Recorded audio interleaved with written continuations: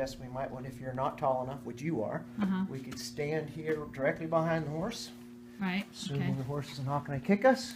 And what we're looking for is, I'm going to point these parts out. Okay. We're looking for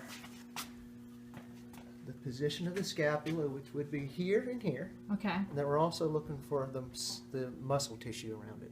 So you can see that she's very symmetrical these days. That wasn't the case when we started, like what, 5 years ago? Yeah, right. She tended to have, if I remember correctly, it was a dropped right shoulder. Right shoulder. So you helped me remember that. And so what we saw 5 years ago, we should have had pictures then. You saw no muscle definition. I had a hard time finding the scapula. She was uneven.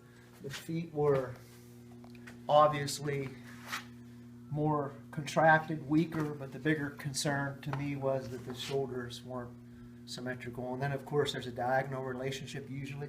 So if you see, let's say, a drop shoulder that she had 5 years ago, then I might suspect that there could be a dropped left hind quarter.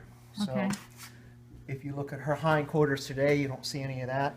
Maybe we can get John to step her so that she's a little more square, at least in the hind jaw. And we'll give John a minute to get her going here. Good. Now even as she's moving, I'm looking at the rise and fall of the hips. So as John's getting her in position, I'm looking to make sure that the hips rise and fall evenly. And she's not 100% square, but she's square enough that I can see some symmetrical formation through here and through here. Okay. And when you look at the anatomy of it, we're looking at the sacroiliac joints. A lot of people call this the hunter bump area. Right. You can see that she's pretty symmetrical here. I'm looking at the tuberosity of the hips. You'll have to forgive my anatomy. I believe that's the tuberosity of the ischium.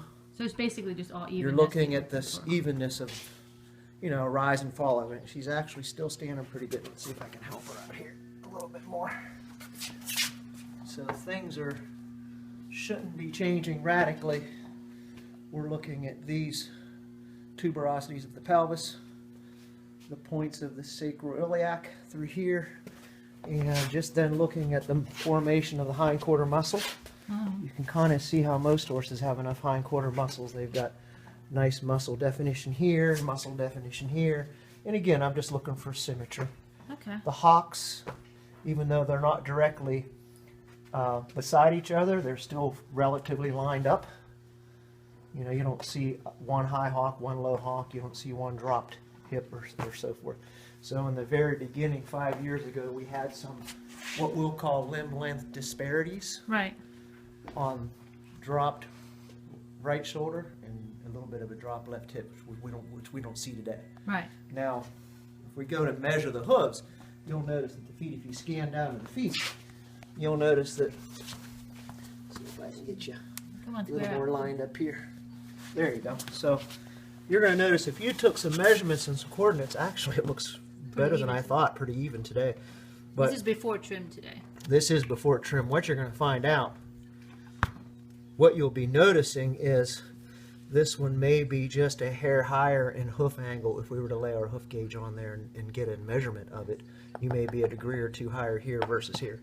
And the toe lengths may vary just by 1/8 of an inch to 1/4 of an inch. Not a whole heck of a lot, Right. but for a horse that can be a big difference. But we used to have a huge difference. How much Yeah, there in the used to be a beginning? huge difference. In fact, It used to be what, more than 1/4 inch, wasn't it? right. We had to start. We started with the horseshoes. I recall we had Yeah, she was a jumper. flat so she shoe had on shoes. this side, and we had a shoe with a little bit of a leather lift that made up about 1/4 of an inch difference Yeah, I to believe help so. keep that, that right side lifted, so to speak. Right.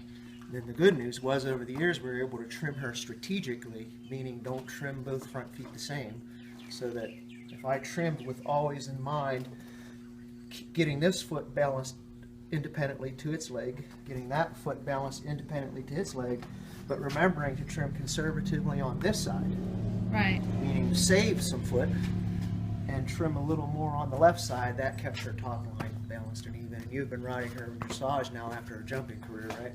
Right. So dressage is pretty much a good test for balance and evenness, because everything they do in dressage in that discipline is all about mirror imaging right movements and left movements. And so that's a very good test for a horse of any horse that may have conformation or challenges is if you can get the trimming improved and get the horse conditioned for riding, then you'll find that they'll do fairly well on a test like dressage. Okay.